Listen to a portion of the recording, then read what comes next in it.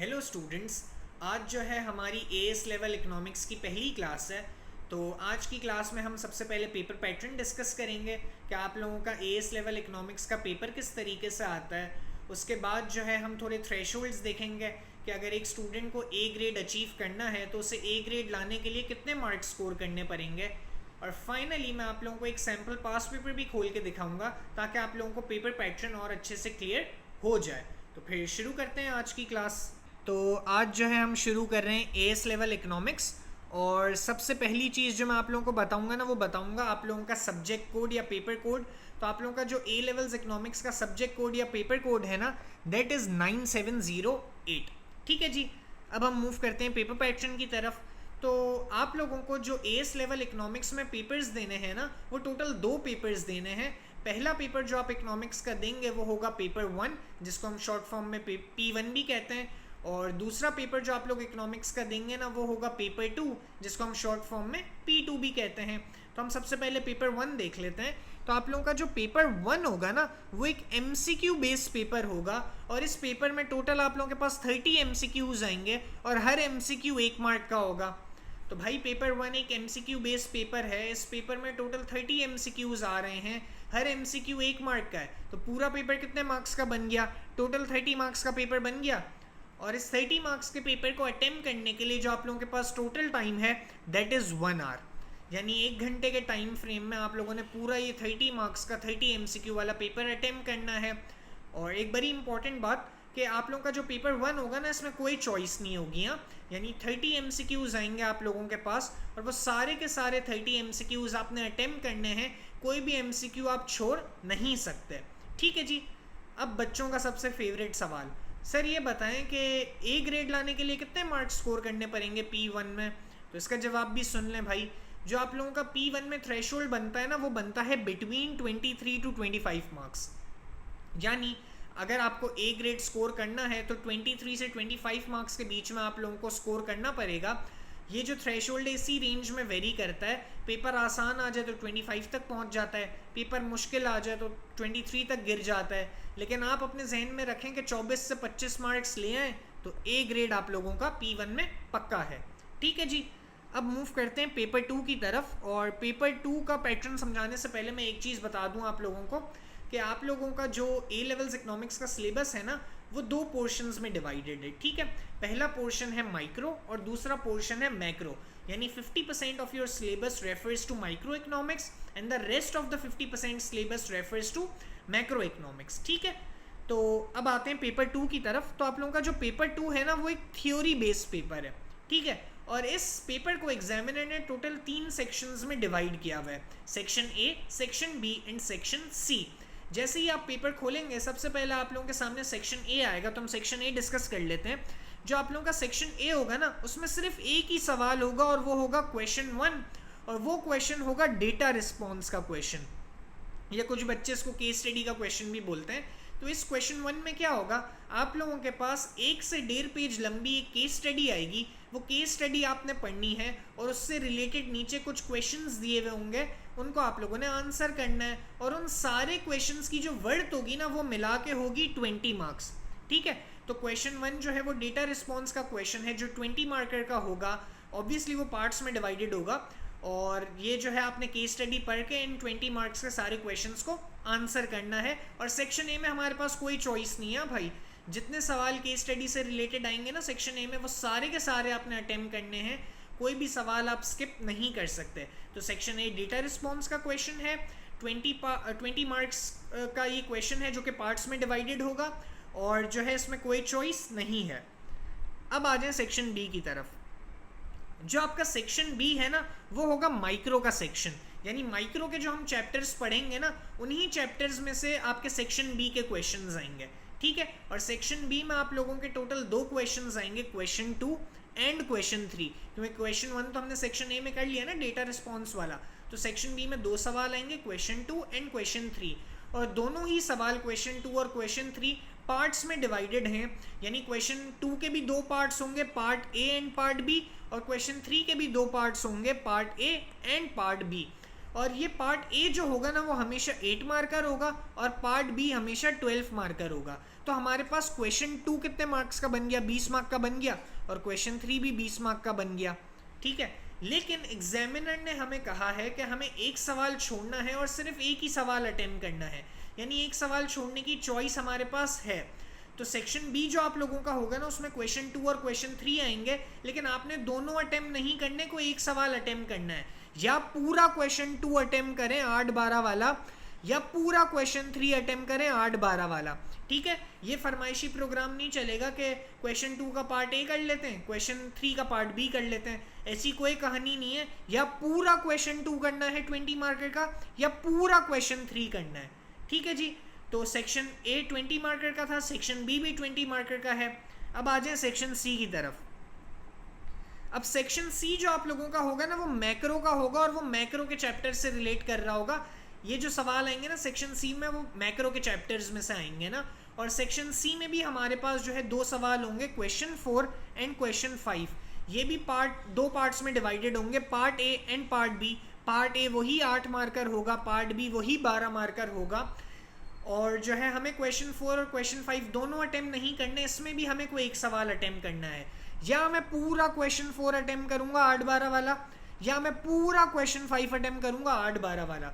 ठीक है, तो सेक्शन सी भी 20 मार्क्स का बन गया। तो section A data response 20 marker, section B micro 20 marker and section C macro 20 marker. Section A में चॉइस नहीं है, सेक्शन बी में एक सवाल छोड़ सकते हैं, सेक्शन सी में भी एक सवाल छोड़ सकते हैं, दोनों में एक एक सवाल अटेम्प्ट करना है सेक्शन बी सेक्शन सी में। तो पूरा पेपर आप लोगों का कितने मार्क का बन गया भाई, तीनों सेक्शन मिला के 60 मार्क्स का बन गया। और एक 60 मार्क्स के पेपर को अटेम्प्ट करने के लिए जो टोटल टाइम आपके पास है वो 2 घंटे हैं। ठीक है, यानी 2 घंटे में आप लोगों ने जो है ये पूरा 60 मार्क का पेपर अटेम्प्ट करना है, और कोशिश करनी है 40 मिनट्स हर सेक्शन को दें, तो इंशाल्लाह 120 मिनट्स में पूरा पेपर इजीली कंप्लीट हो जाएगा।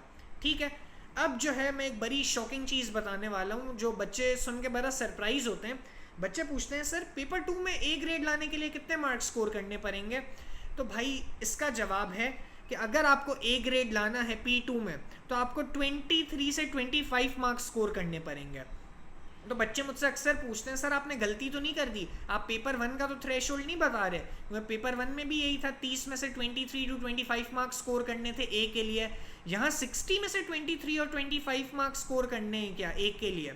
तो जी भाई जो आपका पेपर 2 है ना इसका यही शॉकिंग थ्रेशोल्ड है कि 60 मार्क्स में से अगर आप 23 से 25 मार्क्स के बीच में स्कोर कर लें तो इंशाल्लाह आपका ए ग्रेड बन जाएगा। यही थ्रेशोल्ड्स हैं भाई। अगर यकीन नहीं आता तो आप जो है कैम्ब्रिज की वेबसाइट पे भी चेक कर सकते हैं। तो जो है इसमें बड़ी जो है अच्छी चेकिंग होती है और हमें जो है बड़ी अच्छी प्रैक्टिस करनी पड़ेगी। ये सुनने में बड़ा आसान लगता है कि लेस देन 50% मार्क्स पे ए ग्रेड बन रहा है, लेकिन एक्चुअली जब आप पेपर देने जाएंगे तो ऐसा होगा नहीं। ठीक ठाक हमें प्रैक्टिस करनी पड़ेगी ए ग्रेड लाने के लिए। थ्रेशोल्ड इतना कम है, इसके बावजूद भी बच्चे ए ग्रेड स्कोर नहीं कर पाते ना, तो इसको लाइटली नहीं लेना है, कुछ सोच समझ के ये थ्रेशोल्ड रखा गया है। तो इसकी भी जो है हमें भरपूर प्रैक्टिस करनी है। तो आई होप पेपर पैटर्न आप लोगों को क्लियर होगा। अब जो है मैं कुछ सैम्पल पास पेपर दिखा रहा हूँ आप लोगों को P1 और P2 के, ताकि आप लोगों को पेपर पैटर्न मज़ीद क्लियर हो जाए ना। तो ये देखें, ये मेरे पास मई जून 2024 का एक पेपर है और ये पेपर जो है वो पेपर 1 है। और पेपर 1 मैंने आप लोगों को क्या बताया था, एक MCQ बेस्ड पेपर होगा। तो देखें यही लिखा हुआ है पेपर 1 मल्टीपल चॉइस क्वेश्चंस। और इस पेपर 1 में टोटल 30 MCQs आएंगे और टोटल टाइम कितना होगा आप लोगों के पास ये करने के लिए, 1 आवर। ठीक है जी। तो ये देखें इस तरीके से MCQs आएंगे, ये MCQ 1 हो गया, ये MCQ 2 हो गया। तो इसी तरीके से टोटल 30 MCQs आएंगे। मैं दिखा भी देता हूँ आप लोगों को।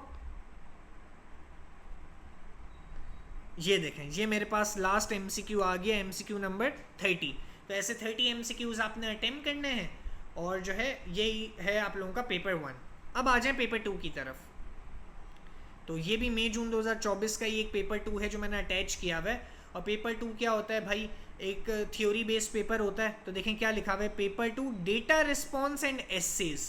ठीक है, यानी एक थ्योरी बेस्ड पेपर है, 3 सेक्शंस में डिवाइडेड होगा, ABC 60 मार्क्स का पेपर है। और टाइम कितना मिलेगा भाई, 2 घंटे मिलेंगे इस पेपर को अटेम्प्ट करने के लिए। ये देखें, सबसे पहले आप लोगों के पास आ गया सेक्शन ए और क्या लिखा हुआ है, answer all parts of this question. मैंने बोला था ना सेक्शन ए में कोई चॉइस नहीं है। तो ये केस स्टडी हमें पूरी पढ़नी है। ये देखें, ये पूरी केस स्टडी है, ये हमें पढ़नी है। ठीक है जी, ये आगे भी कंटिन्यू हो रही है यहाँ तक। तो ये पूरी केस स्टडी मैं पढ़ूंगा और इसके बाद ये जो सारे क्वेश्चंस दिए हुए हैं ना नीचे केस स्टडी से रिलेटेड, ये सारे मुझे आंसर करने हैं। कि टोटल वर्थ जो है वो 20 मार्क्स है सारे क्वेश्चंस की। तो सेक्शन ए 20 मार्कर का होगा और कोई चॉइस नहीं है। ठीक है जी, अब आ जाएं आगे सेक्शन बी पे।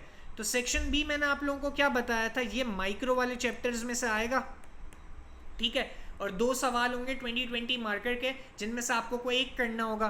तो क्या लिखा हुआ है, आंसर 1 क्वेश्चन, आइदर क्वेश्चन 2 और क्वेश्चन 3, यानी 2 या 3 में से कोई एक क्वेश्चन अटेम्प्ट करना है। और दोनों क्वेश्चंस के 2-2 पार्ट्स होंगे, part A 8 mark, part B 12 mark. तो ये सिंगल 20 मार्कर का क्वेश्चन बनेगा और इन दोनों सवालों में से या आपने क्वेश्चन 2 करना है या आपने क्वेश्चन 3 करना है। तो सेक्शन बी भी 20 मार्क्स का हो गया। अब आ जाए सेक्शन सी की तरफ। तो सेक्शन सी भी वैसा ही है, बस ये सेक्शन बी जो है, सेक्शन सी जो है वो मैक्रो के चैप्टर्स में से आएगा। इसमें भी हमें कोई एक सवाल अटेम्प्ट करना है, आइदर क्वेश्चन 4 और क्वेश्चन 5। तो ये भी 20 मार्कर का सेक्शन बनेगा और पूरा पेपर आप लोगों का 60 मार्क्स का बन गया, जो 2 घंटे में पूरा करना है। तो आई होप पेपर पैटर्न आप लोगों को बहुत अच्छे से क्लियर हो गया होगा, हमने बहुत डिटेल में डिस्कस कर लिया है। तो अब आगे बढ़ते हैं। अच्छा, आज की क्लास में जो है एक बड़ा छोटा सा टॉपिक है जो मुझे आप लोगों को पढ़ाना है। ये टॉपिक मैं ओ लेवल्स, AS, A2 इन तीनों की पहली क्लास में हमेशा पढ़ाता हूँ, क्योंकि ये टॉपिक ना आगे हमें बड़ा हेल्प करता है ना। तो इस टॉपिक का नाम है कॉन्सेप्ट ऑफ रिलेशनशिप्स। अब कॉन्सेप्ट ऑफ रिलेशनशिप्स क्या कहता है भाई, देखें इकोनॉमिक्स में ना आप लोगों को काफ़ी सारे ग्राफ्स बनाने पड़ते हैं ना, और वो जो ग्राफ्स बनते हैं ना वो हमेशा रिलेशनशिप्स की बेसिस पे बनते हैं। और इकोनॉमिक्स में टोटल 2 टाइप्स के रिलेशनशिप्स एग्जिस्ट करते हैं। पहला रिलेशन जो हमारे पास एग्जिस्ट करता है ना इकोनॉमिक्स में, वो है पॉजिटिव रिलेशन, जिसको हम दूसरे अल्फाजों में डायरेक्ट रिलेशन भी कहते हैं। और जो दूसरा रिलेशन आप लोगों के पास एग्जिस्ट करता है वो है नेगेटिव रिलेशन, जिसको हम दूसरे अल्फाजों में इन्वर्स रिलेशन भी कहते हैं। तो पॉजिटिव रिलेशन का ही दूसरा नाम डायरेक्ट रिलेशन है और नेगेटिव रिलेशन का दूसरा नाम इन्वर्स रिलेशन है। तो कंफ्यूज मत होना, ठीक है जी। अब हम देखते हैं कि पॉजिटिव रिलेशन का क्या मतलब है। तो पॉजिटिव रिलेशन ये कहता है कि जब भी 2 वेरिएबल्स सेम डायरेक्शन में मूव करेंगे, इसका मतलब उन दोनों के दरमियान पॉजिटिव या डायरेक्ट रिलेशनशिप है। कैसे, मैं आपको समझाता हूँ। देखें हमारे पास 2 वेरिएबल्स हैं, variable x and variable y। Let's say मेरा वेरिएबल x बढ़ गया और साथ में y भी बढ़ गया, तो दोनों वेरिएबल साथ में बढ़ रहे हैं, दोनों सेम डायरेक्शन में मूव कर रहे हैं, इसका मतलब दोनों के दरमियान पॉजिटिव रिलेशन है। ऑन दी अदर हैंड अगर मेरा x गिर जाता है तो साथ में y भी गिर रहा है, दोबारा दोनों सेम डायरेक्शन में मूव कर रहे हैं, और जब भी 2 वेरिएबल सेम डायरेक्शन में मूव करेंगे दोनों के दरमियान पॉजिटिव या डायरेक्ट रिलेशनशिप होगा। ठीक है जी, तो I hope positive relation clear होगा आप लोगों को। अब एक चीज आप लोगों ने याद रखनी है कि जब भी 2 वेरिएबल्स के दरमियान पॉजिटिव रिलेशन हो ना, उनका ग्राफ हमेशा अपवर्ड स्लोपिंग बनेगा, नीचे से ऊपर जाता हुआ। तो जब भी आप देखें तो कि 2 वेरिएबल्स के दरमियान पॉजिटिव रिलेशन एग्जिस्ट कर रहा है, आंख बंद करके अपवर्ड स्लोपिंग ग्राफ बना दें। अब मैं अपनी बात को प्रूफ भी करके दिखाता हूँ। लेट से मैं यहाँ ऑपरेट कर रहा था, ये था मेरा y और ये था मेरा x। ठीक है जी, अब मैंने y को बढ़ा दिया फ्रॉम y टू y1, तो देखा मेरा x भी साथ में बढ़ गया x टू x1। जैसे ही y बढ़ा साथ में x भी बढ़ गया, दोनों वेरिएबल्स मेरे इंक्रीज हो गए, तो पॉजिटिव रिलेशन प्रूव हो गया। ऐसे ही अगर मैं y को गिरा दूं तो मेरा x भी गिर जाएगा और अपवर्ड स्लोपिंग ग्राफ के थ्रू मेरा पॉजिटिव रिलेशन प्रूव हो जाएगा। ठीक है, तो ये चीज याद रखनी है कि पॉजिटिव रिलेशन जब भी होगा 2 वेरिएबल्स के बीच में अपवर्ड स्लोपिंग ग्राफ बनेगा। ठीक है जी, अब आ जाए नेगेटिव रिलेशन की तरफ। तो नेगेटिव या इनवर्स रिलेशन क्या कहता है कि जब भी दोनों वेरिएबल्स ऑपोजिट डायरेक्शन में मूव कर रहे हो, इसका मतलब उन दोनों वेरिएबल्स के दरमियान जो है वो नेगेटिव या इनवर्स रिलेशन है। कैसे, लेट्स से फॉर एग्जांपल मेरा एक वेरिएबल है x, दूसरा वेरिएबल है y। अगर मेरा x बढ़ रहा है तो साथ में y गिर रहा है, और अगर x गिर रहा है तो y बढ़ रहा है। दोनों वेरिएबल्स ऑपोजिट डायरेक्शन में मूव कर रहे हैं, एक गिर रहा है दूसरा बढ़ रहा है, एक बढ़ रहा है दूसरा गिर रहा है। तो जब भी दोनों वेरिएबल्स ऑपोजिट डायरेक्शन में मूव करेंगे, दोनों के दरमियान नेगेटिव यानी कि इनवर्स रिलेशनशिप होगा। ठीक है जी, अब जब भी आप देखें कि 2 वेरिएबल्स के दरमियान नेगेटिव या इनवर्स रिलेशन एग्जिस्ट कर रहा है, तो हमेशा हमेशा आप जो है एक डाउनवर्ड स्लोपिंग ग्राफ बनाएंगे, ऊपर से नीचे आता हुआ ग्राफ। जो नेगेटिव या इनवर्स रिलेशन है ना, वो हमेशा डाउनवर्ड स्लोपिंग ग्राफ के थ्रू प्रूव होगा। तो जब भी आप देखें कि दो वेरिएबल्स के दरमियान नेगेटिव रिलेशन एग्जिस्ट कर रहा है तो हमेशा डाउनवर्ड स्लोपिंग ग्राफ बना दें। ठीक है, अब मैं प्रूफ भी करता हूँ। देखें, ये था मेरा y, ये था मेरा x। ठीक है जी, मैं यहाँ ऑपरेट कर रहा था अभी। अब जैसे ही मैंने y को बढ़ाया फ्रॉम y टू y1, मेरा x गिर गया from x to x1। y बढ़ा, x गिर गया। ठीक है जी, मेरी बात प्रूव हो गई कि एक वेरिएबल बढ़ा तो दूसरा गिर गया। वैसे ही अगर मैं y को गिरा दूं तो x बढ़ जाएगा। तो मेरा जो नेगेटिव या इन्वर्स रिलेशन है ना, वो हमेशा प्रूव होगा एक डाउनवर्ड स्लोपिंग ग्राफ के थ्रू। ठीक है, तो इस चीज़ का रट्टा लगा लें कि जब भी आप देखें दो वेरिएबल सेम डायरेक्शन में मूव कर रहे हैं तो समझ जाएं दोनों के दरमियान पॉजिटिव रिलेशन है और अपवर्ड स्लोपिंग ग्राफ बना दें। जब भी आप देखें कि दोनों वेरिएबल्स ऑपोजिट डायरेक्शन में मूव कर रहे हैं तो समझ जाएं कि उन दोनों के दरमियान नेगेटिव यानी कि इन्वर्स रिलेशन है और आप जो है एक डाउनवर्ड स्लोपिंग ग्राफ बना दें। ठीक है जी, तो आई होप ये कॉन्सेप्ट आप लोगों को क्लियर हो गया। ये आप लोगों ने जहन में रखना है, ये कॉन्सेप्ट आगे बहुत जगहों पे हेल्प करेगा हमें। तो आज के लिए इतना ही रखते हैं। अगली क्लास में जो है हम चैप्टर 1 शुरू करेंगे। तो मिलते हैं फिर अगली क्लास में। Thank you so much.